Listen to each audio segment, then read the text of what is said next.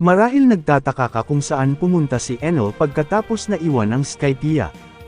Pagkatapos ng pagkatalo niya kay Luffy, si Enel ay sumakay sa Arc Maxim at naglayag patungo sa kanyang pinaniniwalaang Fairyverse, ito ay ang buwan mismo.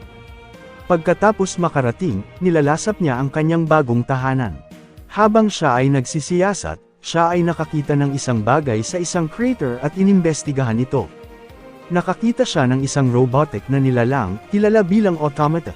Walang awang inatake ito ni Enel, pero sa halip ang kanyang kidlat ay ini-recharge ang machine. Ipinakilala ng robot ang kanyang sarili bilang si First Lieutenant Spacey na pinagsisihan na inabandona ang kanyang mga kakampi sa panahon ng laban sa kanilang misteryosong kalaban. At pagkatapos sinundan ni Enel si Spacey sa battlefield, maya-maya natagpuan nila ang mga kakampi ni Spacey na nawalan ng malay sa lupa.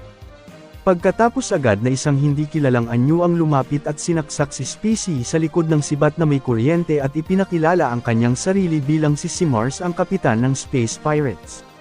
Noong inatake ni Simars si Enel, siya ay nagulat na si Enel ay hindi nasaktan, mabilis siyang tinalo ni Enel gamit ang kanyang lightning kick. Pagkatapos ng sandaling ito, isang malakas na pagsabog ang kanilang nakita sa malapit. Ito ay lumilitaw na ang pagsabog ay kagagawa ng Space Pirates na naghuhukay sa buwan. Pagkatapos na makita ang pagkawasak ng kanyang verse, si Enel ay nagalit at nilapitan at wipe out ang mga ito gamit ang kanyang atake. Samantala, inalala ni Lieutenant Spacey kung bakit siya at ang mga kakampi niya ay nasa buwan. Sila ay ginawa ng isang scientist na may pangalang Professor Tsukimi na nakatira sa Karakuri Island.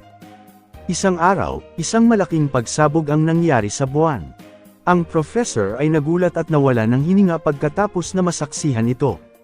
Pagkatapos na mabigyan siya ng karampatang paglibing, ang mga automata ay naglakbay sa buwan gamit ang mga balon para ipaghiganti ang professor. Nakita nila ang Space Pirates at agad na nilabanan ang mga ito, subalit madali silang natalo. Sa kasalukuyang timeline, nasaksihan ni Spacey na madaling nadurog ni Enel ang Space Pirates. Habang nililinis ni Enel ang kanyang tainga, masayang nagpasalamat si Spacey kay Enel sa paghihiganti niya sa kanila. Si Enel na nabuiset ay inatake sila, nakakita si Enel ng isang kuweba at nagdesisyong saliksikin ito. Nadiskubre niya ang isang ancient underground city na may pangalang Berka.